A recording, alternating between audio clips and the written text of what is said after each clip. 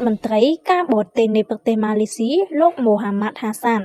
នាថ្ងៃអង្គារទី14ខែតុលាបាននិយាយថាប្រធានាធិបតីអាមេរិកដូណាល់ត្រាំបាននឹងធ្វើដំណើរមកកាន់ប្រទេសម៉ាឡេស៊ី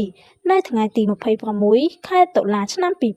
2025ដើម្បីចូលរួមពិធីចុះកិច្ចព្រមព្រៀងសន្តិភាពរវាងកម្ពុជានិងថៃអំឡុងព្រឹត្តិការណ៍កិច្ចប្រជុំកំពូលអាស៊ានតាមទីភ្នាក់ងារព័ត៌មាន Reuters បានឲ្យដឹងថា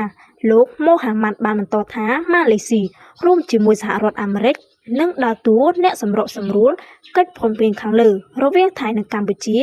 បាននឹងមានតម្រូវឲ្យភាគីទាំងសងខាងបោះសម្អាតមីនហើយដកសព្វាវុធធ្ងន់ធ្ងរទាំងអស់ចេញពីតំបន់ព្រំប្រទល់បើតាមលោករដ្ឋមន្ត្រីការបរទេសម៉ាឡេស៊ី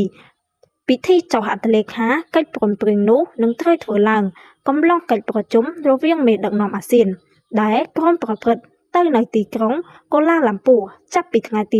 26ដល់ថ្ងៃទី28ខែតុលាឆ្នាំ2025លោកមូហាម៉ាត់បានប្រាប់ទៅកាន់ក្រុមអ្នកសារព័ត៌មានយ៉ាងដូចនេះថាកំឡុងកិច្ចប្រជុំកំពូលអាស៊ានយើងសង្ឃឹមថាការចុះកិច្ចព្រមព្រៀងមួយហៅថាកិច្ចព្រមព្រៀងទីក្រុងកូឡាឡាំពូរវាងប្រទេសជិតខាងទាំងពីរនឹងធានានៅបាត់ឈប់បាញ់យូរអង្វែងព្រមទាំងសន្តិភាពគួរបញ្ជាក់ថាភាពតានតឹងជុំវិញបញ្ហាព្រំដែនរវាងកម្ពុជានិងថៃ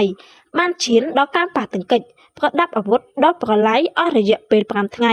កាលពីខែកក្កដាកន្លងទៅមុននេះមានបទឈប់បាញ់គ្នាដែលផ្ដួចផ្ដើមដោយលោកដូណាល់ត្រាំនិងរដ្ឋមន្ត្រីម៉ាឡេស៊ីលោកអាន់វ៉ាអ៊ីហ្វ្រាហ៊ីមដែលជាប្រធានបដូវវេនរបស់អាស៊ាន